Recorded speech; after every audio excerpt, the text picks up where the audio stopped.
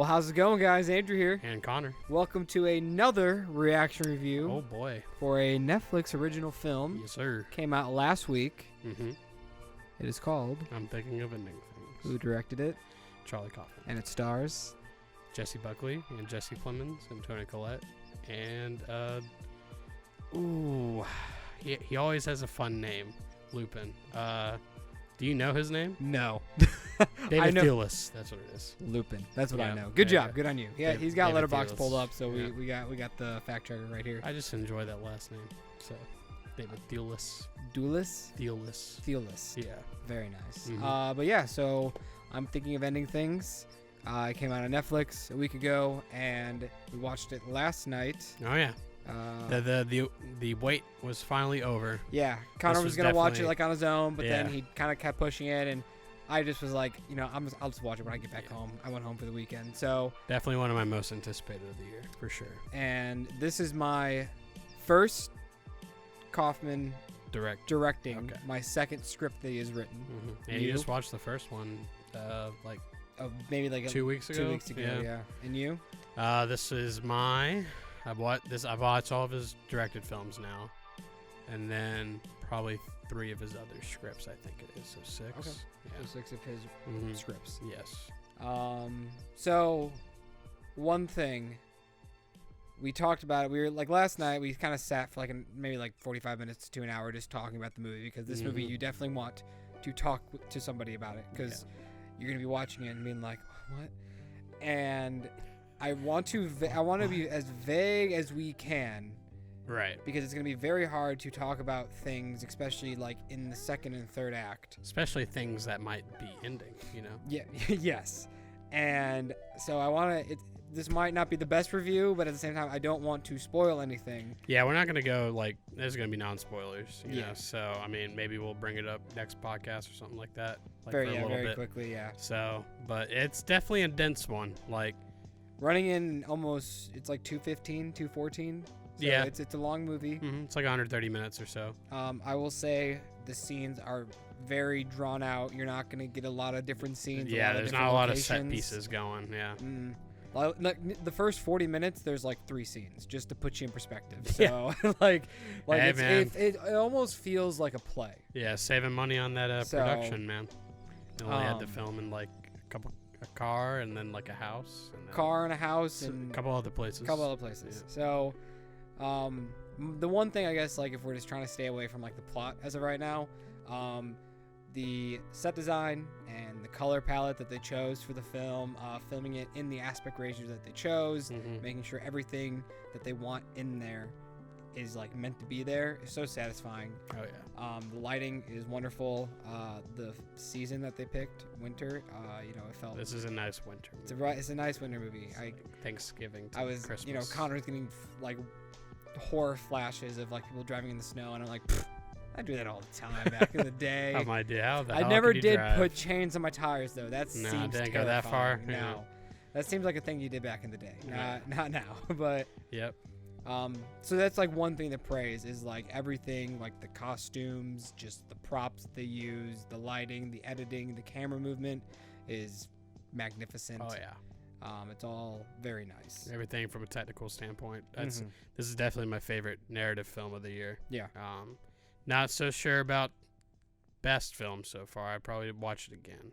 Definitely. This is Mhm. definitely a movie to watch again. Yes, yeah. If you only watch this once, damn, Yeah, need to you watch it likened twice. it to Tenets in terms of how much was going on. I remember you saying. Well, that was until I got to dwell on it a little more, and I think I understand this more than I did Tenet. So, Oh no, for sure, for me too. Yeah. yeah, There's a lot more to I would say, interpret than Mhm. Tenet, because Tenet is just more yeah, this is very more. it's artsy. more like if you didn't process what the hell they just said, you might be thrown off.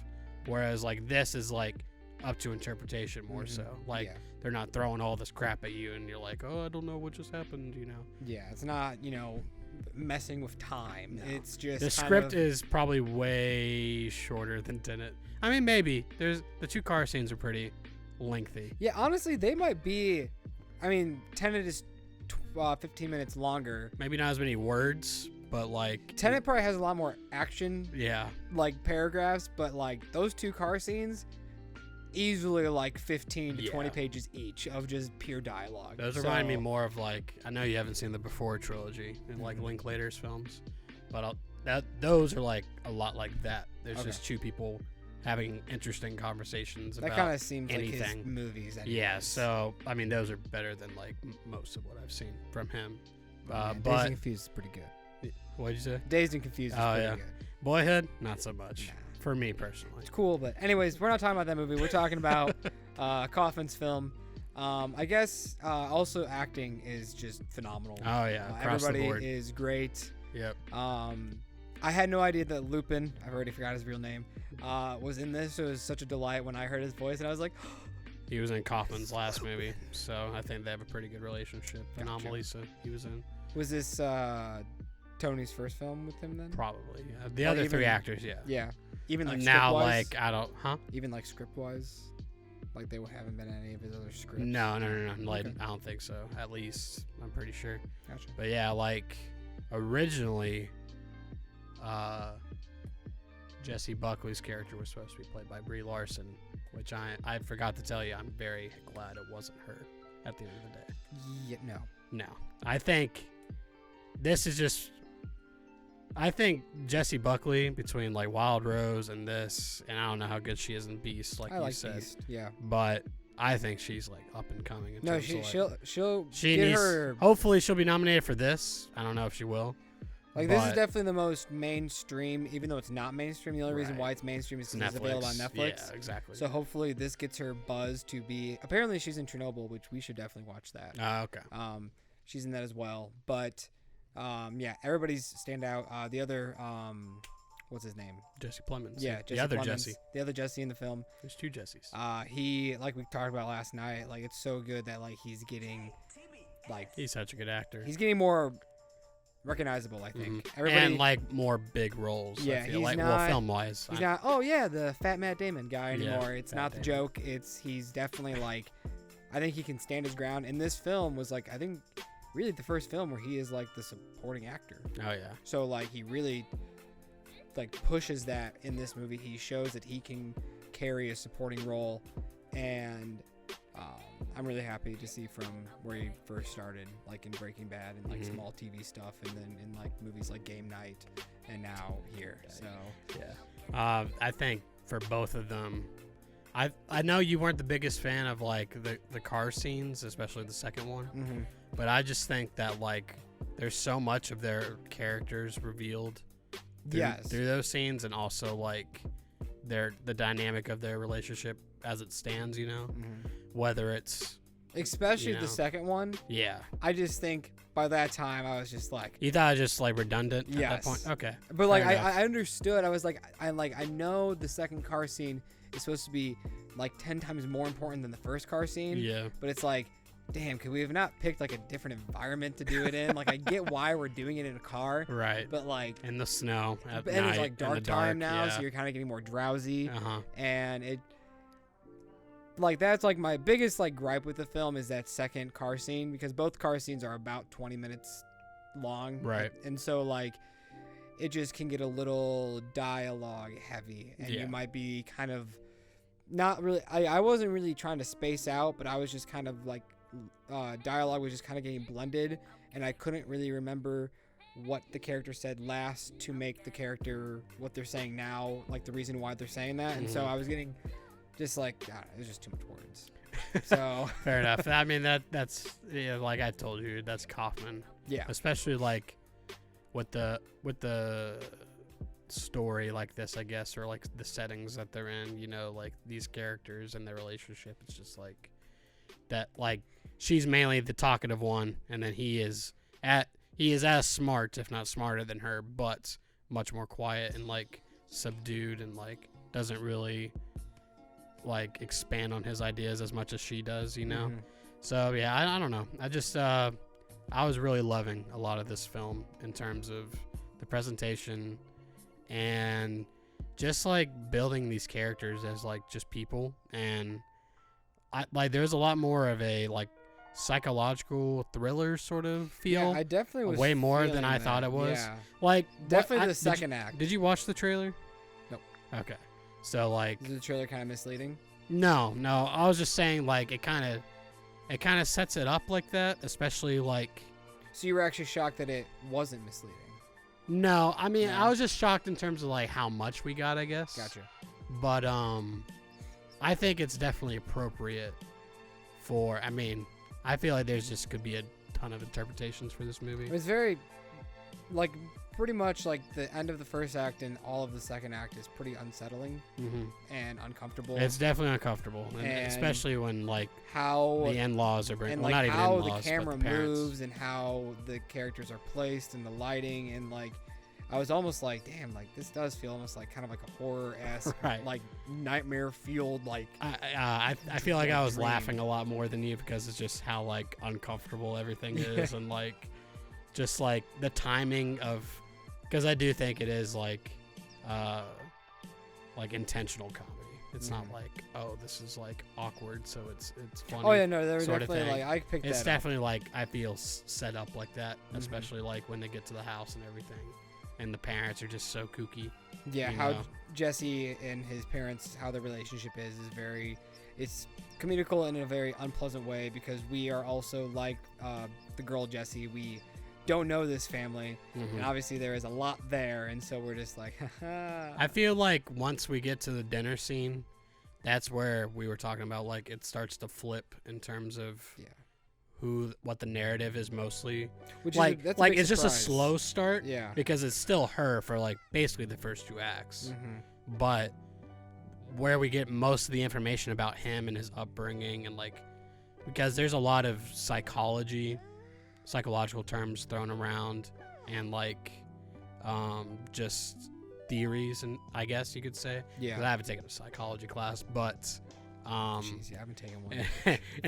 in terms of the parents affecting the child, and how